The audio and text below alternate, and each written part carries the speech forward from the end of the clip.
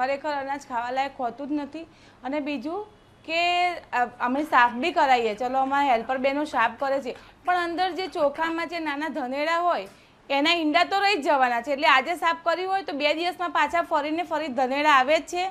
અને આ અનાજ ગોડાઉનમાં કેટલા દિવસથી હોય, અમારા જોડે પહોંચતા લગભગ 15-20 દિવસ થઈ જાય।